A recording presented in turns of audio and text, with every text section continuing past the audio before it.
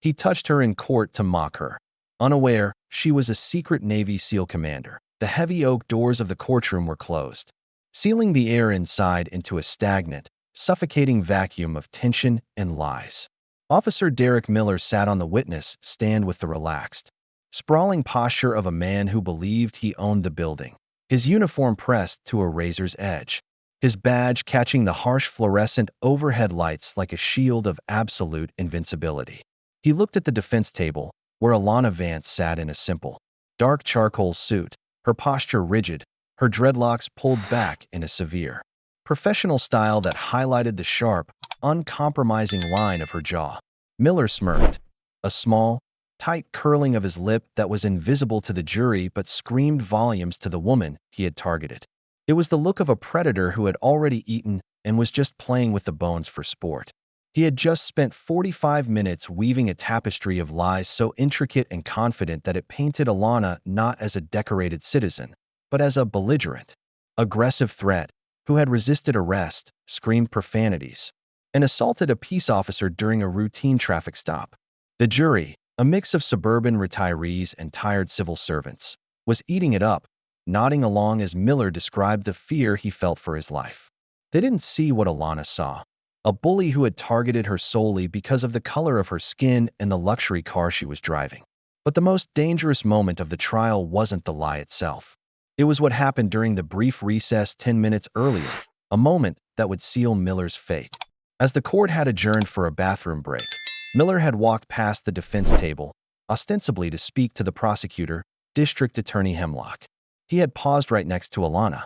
In a move of breathtaking audacity, he had placed his hand on her arm, a patronizing, custodial squeeze that felt like a brand, and leaned in to whisper, "Don't worry, sweetheart, you'll get used to the orange jumpsuit. It probably fits better than that cheap suit."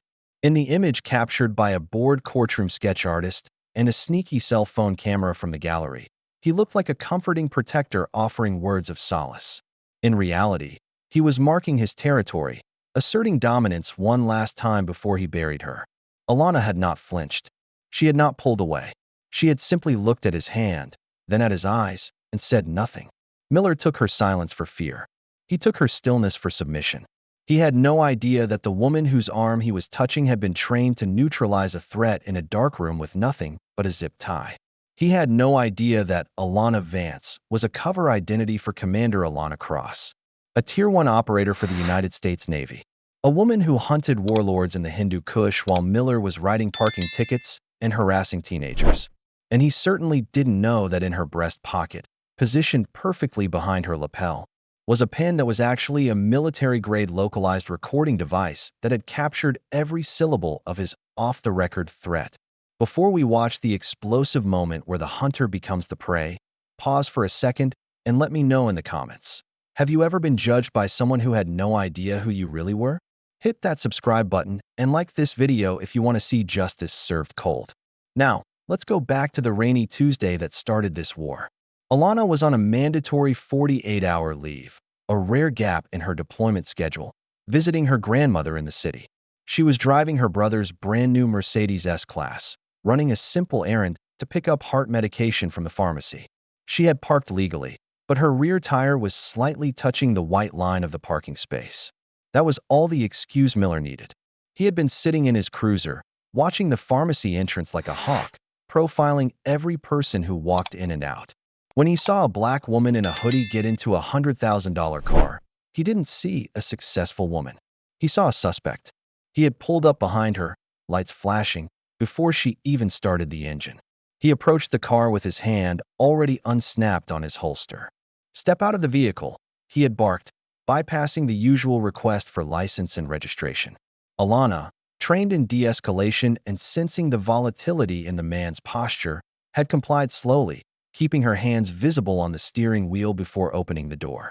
"Is there a problem, officer?" she had asked calmly, her voice steady. "The problem is you think you own the road," Miller had sneered, grabbing her shoulder and spinning her around. He demanded she turn around and face the car. When she asked why she was being detained, he slammed her against the hood hard enough to dent the aluminum. Resisting, he had shouted for the benefit of his body cam, though she was perfectly limp. "Stop reaching," he screamed, though her hands were splayed flat on the hood.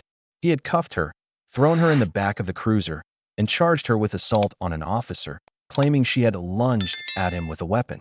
It was a standard drop-gun tactic. Charge the victim with a felony so they plead down to a misdemeanor just to go home. But Alana didn't plead. She sat in the holding cell for 24 hours, listening to the drunk tank's noise, meditating, and waiting. She used her one phone call not to call a bail bondsman, but to call a number that didn't exist in the phone book. And now here we were. The prosecutor, D.A. Hemlock, a man with a comb-over and a reputation for burying police misconduct cases, stood up to redirect. Officer Miller, did you feel your life was in danger?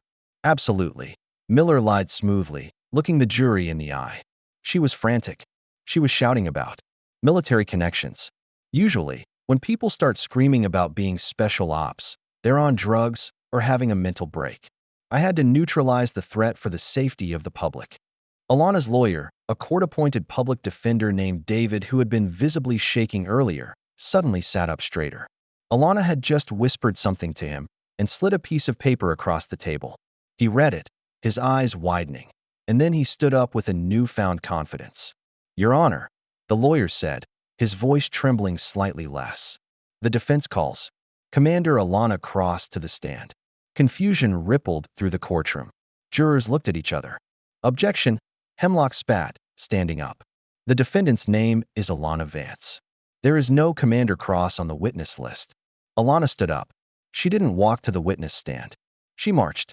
The rhythm of her heels on the parquet floor was a military cadence, precise and terrifying. She took the oath, sat down, and looked directly at Miller, who was now sitting at the prosecution table, looking annoyed. Ms. Vance, her lawyer began.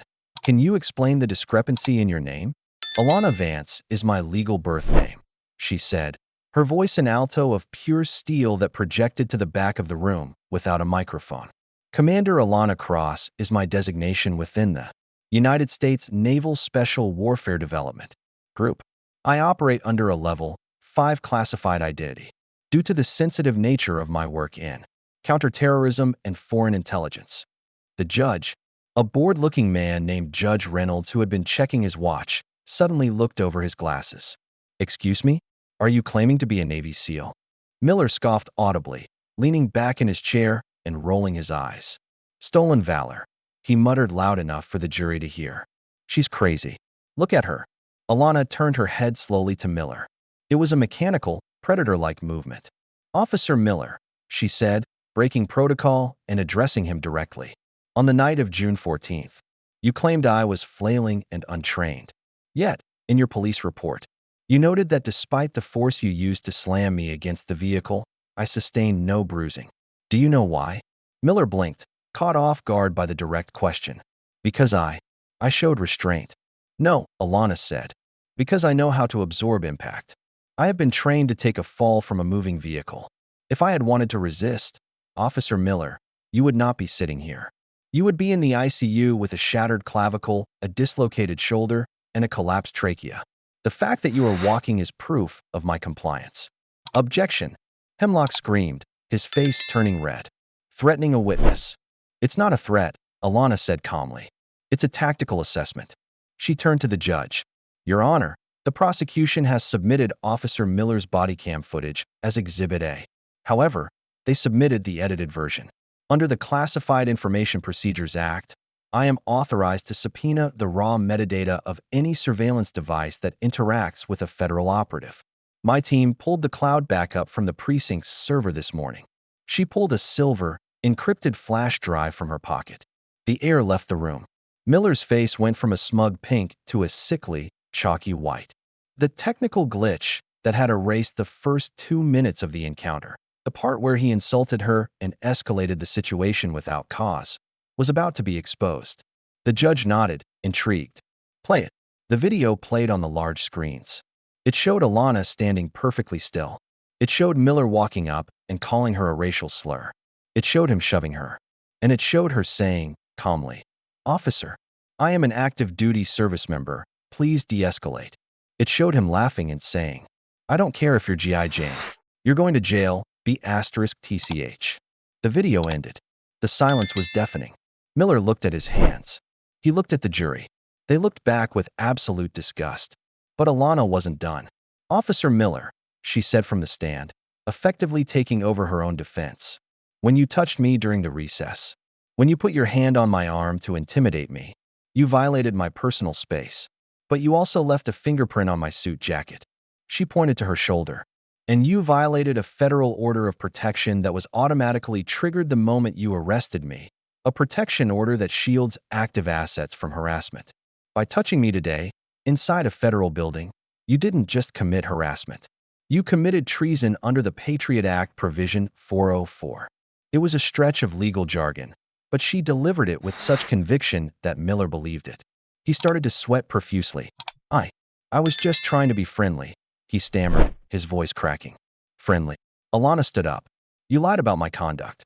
You falsified a police report. And you profiled a high-ranking officer of the United States Navy. My commanding officer is currently parking his vehicle outside. He is accompanied by 2 agents from the FBI's Public Corruption Unit." As if on cue, the double doors at the back of the courtroom swung open with a loud bang. A man in full-dress whites, his chest loaded with ribbons and stars, walked in, flanked by 2 men in dark suits and sunglasses. He didn't look at Alana. He looked at the judge. "Your Honor," the Admiral boomed, his voice filling the space. "I am Admiral Sterling. You have a member of my unit on trial under false pretenses. We are taking jurisdiction of this matter." Judge Reynolds didn't hesitate. He saw the writing on the wall. "Case dismissed with prejudice." He banged the gavel, the sound echoing like a gunshot. "Bailiff, take Officer Miller into custody for perjury, filing a false report, and civil rights violations." Miller scrambled up, knocking his chair over. "You can't do this. I have immunity. I'm a police officer." "Not from us, son," the Admiral said, stepping aside as the FBI agents moved in. The color drained from Miller's face as the cuffs, the same cuffs he used on so many innocent people, clicked around his wrists. He looked at Alana, pleading with his eyes for mercy. She didn't smile. She didn't smirk. She just adjusted her jacket, brushing off the spot where he had touched her, as if flicking away a piece of dirt. As Miller was dragged out, shouting about his pension and his rights, Alana walked over to her terrified public defender and shook his hand. "Good work, David," she said. The jury actually applauded. But the story didn't end in the courtroom. The investigation into Miller's body cam footage revealed a pattern. He had done this before, dozens of times, and the glitches that hid his behavior had been authorized by someone higher up, someone in the district attorney's office. As Alana walked out of the courthouse, the sun finally breaking through the clouds, she saw DA Hemlock trying to sneak out the side door toward his car. She tapped her earpiece. "Target is on the move," she whispered. The FBI agent stopped Hemlock before he could reach his car door. It wasn't just a bad apple. It was a rotten orchard. Alana had chopped down the tree.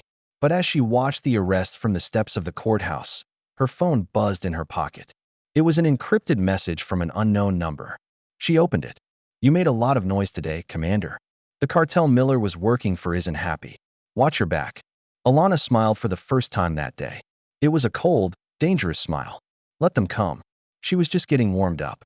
Who was pulling Miller's strings? And what happens when a Navy SEAL goes to war with a drug cartel on American soil? Subscribe to find out in Part 2.